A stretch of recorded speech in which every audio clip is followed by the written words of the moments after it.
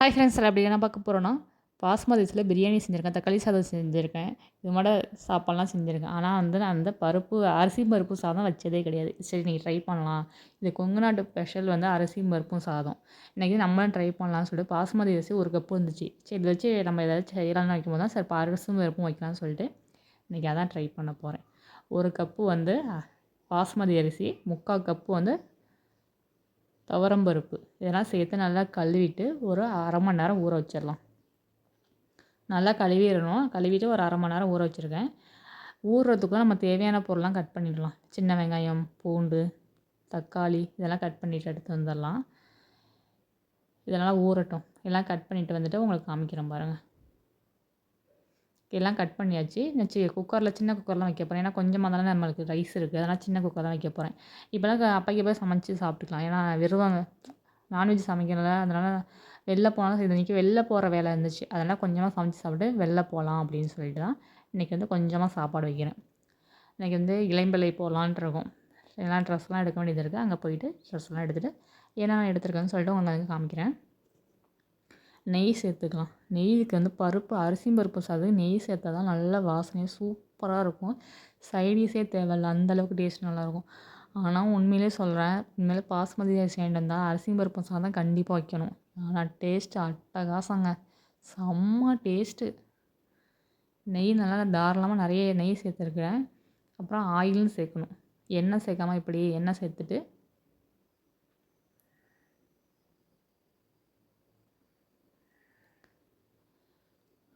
எண்ணெய் சேர்த்துக்கலாம்.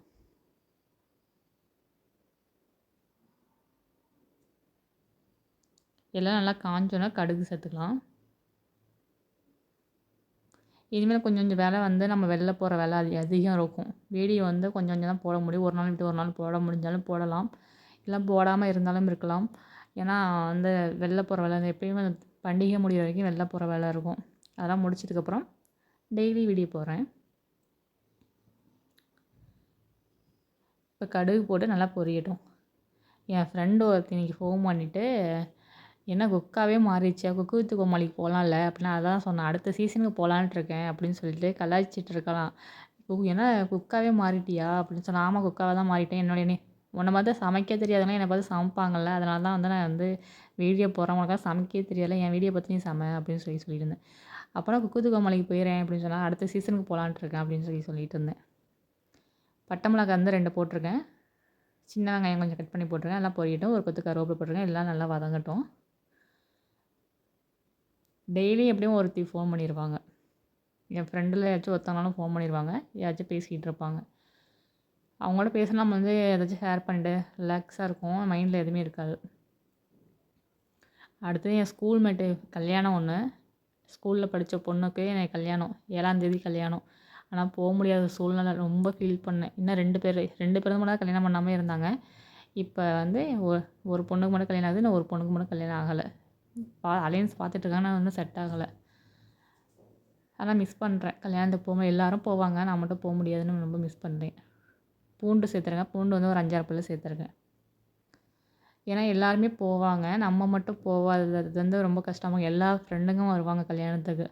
எல்லாருக்குமே சொல்லியிருக்காங்க, எல்லோரும் வரேன்னு சொல்லிட்டாங்க. நான் மட்டும் தான் போக முடியாது. ஏன்னா இங்கே நம்ம கால் அன்றைக்கி தான் கால் ஊன்றோம்னு சொல்லலை, கோயிலேருந்து கால் கம்பம் நடுறாங்க. முகூர்த்த கால் கால் ஊன்றோம்னு சொல்லுவாங்க. இங்கே என்னன்னு தெரியல. அது இந்த பூ போடுறதெல்லாம் சொல்லுவாங்க. அன்றைக்கி தான் இது செய்கிறாங்க. அது போக முடியாது. 7ஆந்தேதி தான் செய்கிறாங்க. அதனால் நம்மளால போக முடியாது. அப்படியே அன்றைக்கி கையில் கங்கணம்லாம் கட்டுவாங்க. அதுலேருந்து எங்கேயும் வெளிலலாம் போக முடியாது. வெளில போனால் கூட தண்ணி எங்கேயுமே குடிக்க முடியாது. ஏன்னா ரொம்ப தூரம் இருக்குது. அங்கேருந்து போயிட்டு வர முடியாது. ஒரே நாளில் போய் பக்கமாக இருந்தால் ஒரே நாளில் வந்துடலாம். ரொம்ப தூரம் இருக்கலாம், வர முடியாது. அதெல்லாம் வர முடியாது. எனக்கு கோச்சிக்காத. நான் ஊருக்கு ஒரத்தநாடு பக்கம் தான் கல்யாணம். மாப்பிள்ளை வீடும் அவங்க வீடும் கொஞ்சம் தூரம் தான். நான் ஊருக்கு வந்தால் உன்னை பார்க்குறேன் அப்படிலாம் சொல்லியிருக்கேன். பார்க்கலாம். வெங்காயம், பச்சை மிளகாலாம் சேர்த்துருக்கேன். எல்லாத்தையும் வதங்கிட்டு அப்புறம் தக்காளி சேர்த்துருக்கேன். தக்காளி ஒரு 2 தக்காளி சேர்த்துருக்கேன். பச்சை மிளகாய் சேர்த்துருக்கேன். நல்லா வதங்கட்டும். இதில் எந்த மசாலாவும் சேர்க்க தேவையே கிடையாது. வெறும் மஞ்சத்தூள் மட்டும் தான். உப்பு, மஞ்சத்தூள் தான், வேறு எதுவுமே கிடையாது. இப்போ உப்பு சேர்த்துக்கலாம். தேவையான அளவு சேர்த்துட்டு அதில் பத்தலைனா கூட லாஸ்ட்டில் சேர்த்துக்கலாம். மஞ்சத்தூள் மட்டும்தான் இது. அரிசி பருப்புக்கும் மஞ்சத்தூள். நான் கொஞ்சம் உதிரியாக வரும்னு ட்ரை பண்ணேன். ஆனால் உதிரியாக வரல. கொஞ்சம் கொல கொலன்னு தான் வந்துச்சு. ஆனால் கொல கொலன்னு இருந்தாலும் செம டேஸ்ட்டாக இருந்தால் பருப்பு அரிசி பருப்புனா கொஞ்சம் கொல கொலப்பாக தான் எனக்கு பிடிக்கும். அதே மாரி தான் இது வந்துருந்துச்சு. நல்லா இருந்துச்சு டேஸ்ட்டு.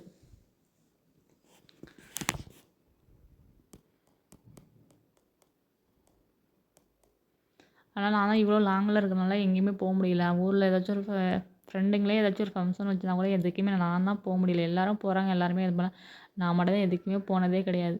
அப்போலேருந்து சரி, நான் மட்டும் தனியாக ஒதுங்கிட்டேனா, அவங்க மட்டும் எல்லாருமே ஒன்றா இருப்பாங்க. நான் மட்டும் எதுக்குமே போ முடிய மாட்டேங்குது.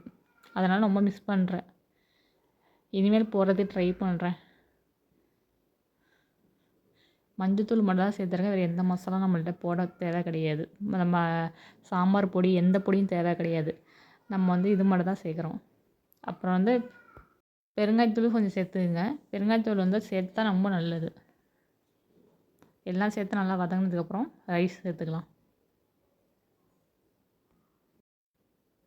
இதெல்லாம் நல்லா வதங்கிக்கிட்டு இருக்கு. அரிசி நல்லா ஊறிடுச்சு.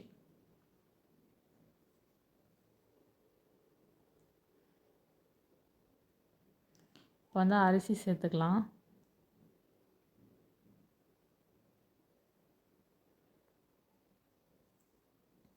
இது வந்து நான் வந்து 4 கப்பு அந்த அரிசி கலந்தது அளந்தோம்னா அதாட்டி வந்து 4 கப்பு வந்து தண்ணி சேர்த்துக்கலாம். நல்லா ஊறிடுச்சு பாருங்கள். 1 கப்பு கம்மியாக இருந்துச்சுன்னா கொஞ்சம் உதிரியாக இருந்திருக்கும். நான் தான் கொஞ்சம் அதிகமாக சேர்த்தேன். கொஞ்சம் கொலகொலப்பு வேணும்னு சொல்லிட்டு தான் நான் அதிகமாக சேர்த்துருக்கேன்.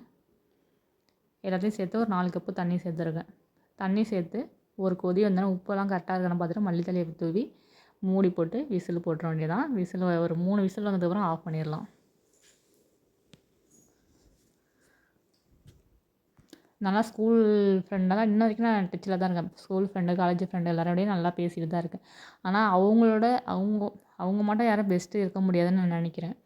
ஏன்னா நம்ம வந்து இப்போ சப்போஸ் நம்ம ஒரு வேலைக்கே போயிருந்தாலும் அவங்க ஒரு ஃப்ரெண்டாக இருந்தாலும் குறிப்பிட்ட அளவு தான். யாராக இருந்தாலும் மேரேஜ் ஆனதுக்கப்புறம் மேரேஜுக்கு முன்னாடி நல்லா பேசுகிறாங்க. மேரேஜ் ஆனதுக்கப்புறம் அப்படியே டோட்டலாக சேஞ்ச் ஆகிடுறாங்க. நான் நிறைய பார்த்துருக்கேன். என் ஃப்ரெண்டுங்க ஒர்க் பண்ணுறவங்களே நிறைய பேர் அப்படி தான்.